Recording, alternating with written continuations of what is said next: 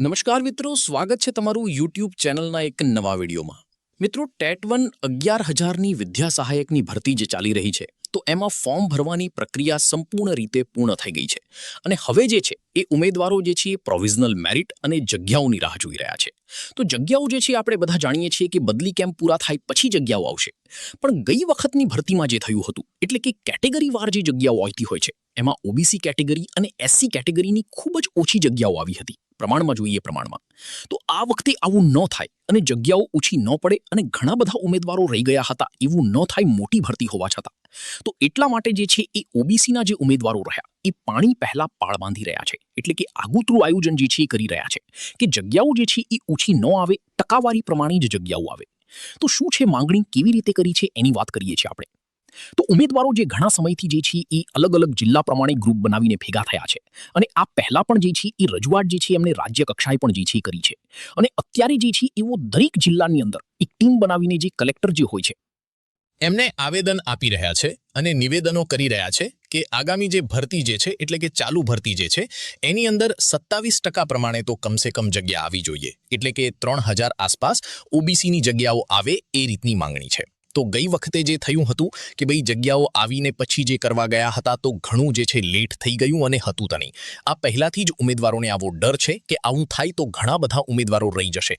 ભલે જગ્યાઓ 11,000ની ભરતી તમને દેખાય છે, બરાબર, એવી રીતે જેવી રીતે ગઈ વખતે 5,000ની ભરતી થઈ હતી, પરંતુ જગ્યાઓ જે છે માત્ર 4343 જેવી જગ્યાઓ જ ભરાઈ હતી, એટલે કે 4343 જગ્યા ભરાઈ હતી અને 700 જેવી જગ્યાઓ ખાલી રહી ગઈ હતી અને ઉમેદવારો પણ બાકી રહી ગયા હતા નોકરી માટે, કેમ કે ખાસ કરીને પુરુષ ઉમેદવારો જે હોય છે એ માત્ર કેટેગરી માટે દાવેદારો હોય છે અને તેમને કેટેગરી ઉપર જ નિર્ભર રહેવું પડે છે અને કેટેગરીમાં જો જગ્યાઓ ઓછી આવે તો સારું મેરિટ હોવા છતાં પણ ઉમેદવારો જે છે એ નોકરી લાગી શકતા નથી. તો એટલા માટે થઈ અને ખાસ કરીને મોટામાં મોટી કેટેગરી ગણવામાં આવી છે ઓબીસી. એસસીબીસી કેટેગરીમાં ઘણી બધી જાતિઓ આવતી હોય છે અને ઘણા બધા લોકો ઓબીસી કેટેગરીના લગભગ 60% જે ફોર્મ જે હોય છે એ ઓબીસી કેટેગરીના જ હોય છે.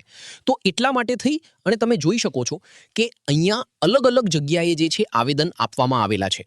વાવતર જિલ્લામાં પણ કલેક્ટર અને જિલ્લા મેજિસ્ટ્રેટને જે છે એ આવેદન આપવામાં આવ્યું છે આ અંગેનું કે ઓબીસી કેટેગરીની જે છે એ જગ્યાઓ પ્રમાણે આપવામાં આવે. સુરત જિલ્લામાં પણ તમે જોઈ શકો છો કે મિત્રોએ આવેદન આપ્યું છે. તો સુરતના મિત્રોએ પણ ટીમ બનાવીને એક આવેદન આપ્યું છે. એવી રીતે અમદાવાદના મિત્રોએ પણ, અમદાવાદની બહેનોએ પણ તમે જોઈ શકો છો કે ઓબીસી કેટેગરીની બહેનોએ ભેગા થઈ અને કલેક્ટરશ્રીને આવેદન આપ્યું છે કે જગ્યાઓ જે છે એ એમને ટકાવારી પ્રમાણે મળે. અને ખાસ અહીંયા તમે જુઓ ભરૂચમાં પણ એ રીતનું બનેલું છે કે ભરૂચ જિલ્લામાં પણ આવી રીતે આવેદન આપવામાં આવ્યું છે અને વીએસકે એટલે કે વિદ્યા સમીક્ષા કેન્દ્ર ગાંધીનગર ખાતે પણ આ મિત્રોએ ભેગા થઈ અને આ પ્રમાણેનું આવેદન આપ્યું છે કે જેઓ ખાસ કરીને બોર્ડર મેરિટ ઉપર જે છે, જેનું મેરિટ 64, 65, 66 છે, આવા મિત્રોને ખરેખર એવો ડર છે કે અમે થોડાક માટે રહી ના જઈએ, જગ્યાઓ ઓછી ના આવે, તો એટલા માટે જે છે આવેદનો અપાઈ રહ્યા છે. તો ખાસ જણાવવાનું કે એસસી કેટેગરીના જે મિત્રો જે છે ઈડબ્લ્યુએસમાં તો 10% જગ્યાઓ આવવાની જ છે, એનો કોઈ મતલબ છે નહીં. તો એસટી કેટેગરીમાં પણ મિત્રો લાગી જવાના છે.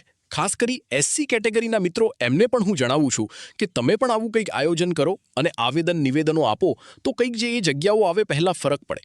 તો જેવી જગ્યાઓ આવશે, બીજી કંઈ પણ અપડેટ આવશે તો આપણી ચેનલ ઉપર જે છે આપણે વિડીયો બનાવીને તમને જાણકારી આપતા રહેશું. તમારે કોઈ બાબતનો પ્રશ્ન હોય તો વિડીયોની અંદર કોમેન્ટ બોક્સમાં જરૂરથી જણાવી શકો છો. ચેનલ ઉપર નવા હોય તો સબસ્ક્રાઇબ જરૂરથી કરજો. વિડીયોને લાઇક કરવાનું ભૂલતા નહીં, શેર કરવાનું ભૂલતા નહીં. જય હિન્દ, જય ભારત. Thank you.